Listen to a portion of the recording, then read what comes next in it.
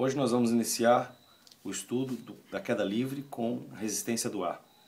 É o primeiro vídeo de uma série de 3 vídeos.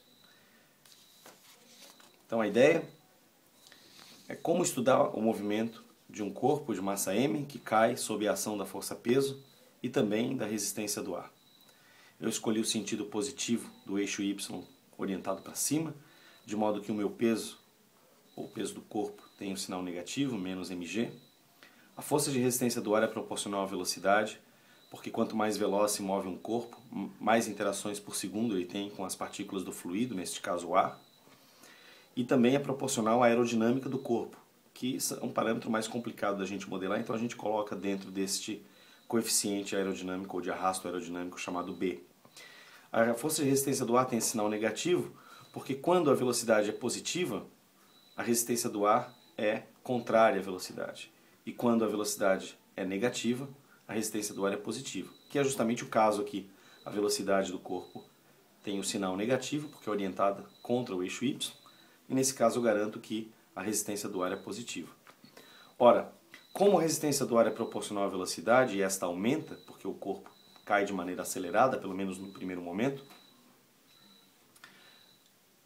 a resistência do ar vai aumentar de acordo com a velocidade. Só que ela não pode aumentar indefinidamente, porque eventualmente a resistência do ar seria maior que o peso, o corpo passaria a se mover para cima, e a gente sabe que isso não ocorre.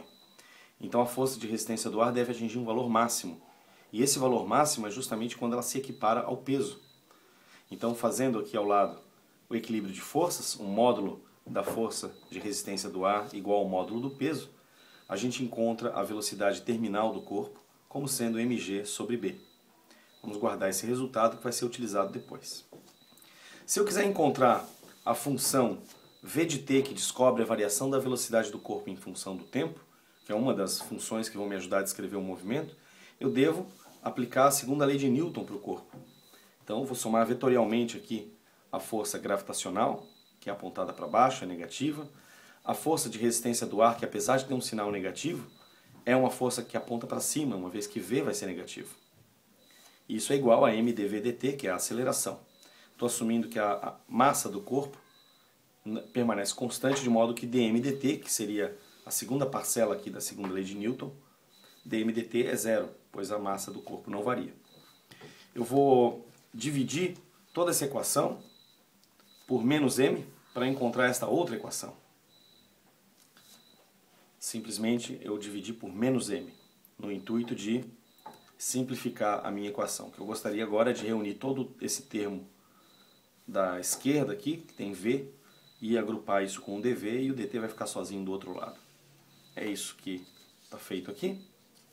Então tenho duas integrais, eu fiquei com dt de um lado, já passei o sinal negativo para este lado, e do outro lado ficou dv sobre toda aquela outra parte que veio dividindo.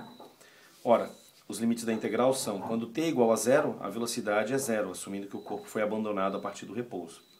Num tempo t qualquer posterior, eu vou ter uma velocidade qualquer, que é o que eu quero descobrir.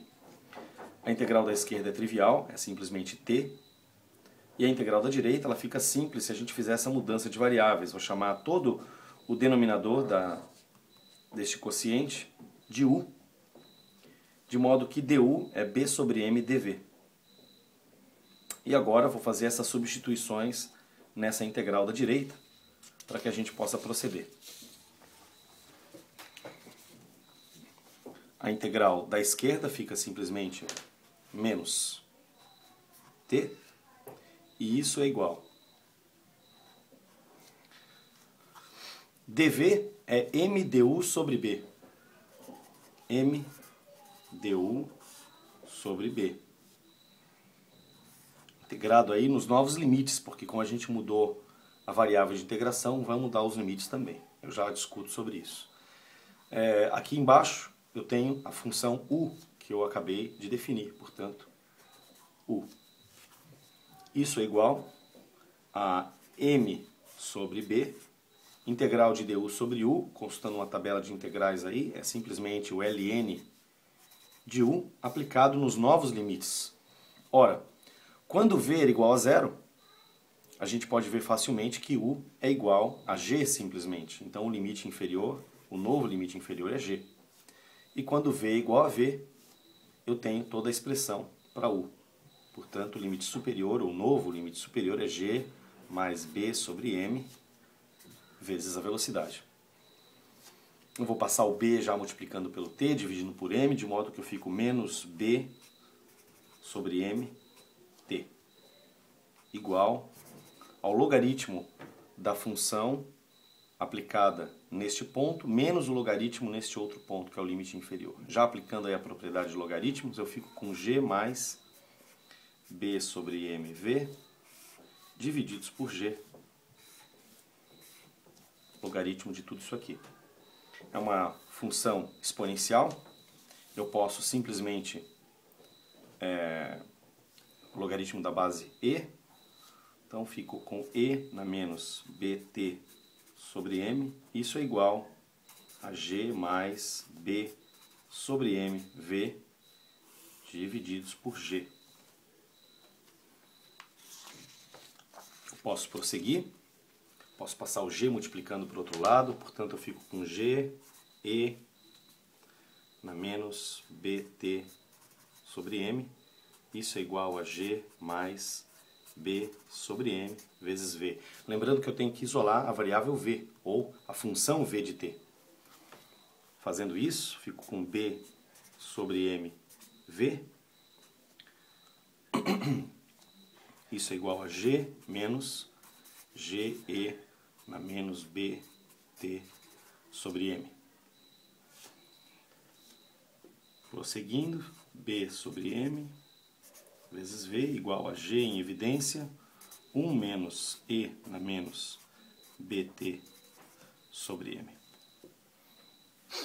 Ora, eu vou passar agora o M multiplicando pelo G e dividindo pelo B, fico com V, uma função V de T, é igual a menos G M sobre B, que multiplica 1 menos E na menos BT sobre M. Quase terminando. Lembrando agora que no início do vídeo a gente mostrou que mg sobre b é justamente a velocidade terminal. Então eu vou ficar com a velocidade em função do tempo igual a menos velocidade terminal, que multiplica 1 menos E na menos BT sobre M. Dá para mostrar que no limite de quando t tende ao infinito, colocando t tendendo ao infinito, essa parcela fica zero e eu vou ter que a velocidade em função do tempo é justamente vt, que é a velocidade terminal. Se a gente fizesse um gráfico de v de t em função do tempo, a gente iria ver que existiria uma velocidade terminal, que é a velocidade máxima atingida pelo corpo. A velocidade aumenta gradativamente e eventualmente atinge aí a velocidade terminal. Portanto, essa expressão é a expressão que descreve a variação da velocidade em função do tempo para um corpo que cai sob a ação da força-peso e também considerando a resistência do ar.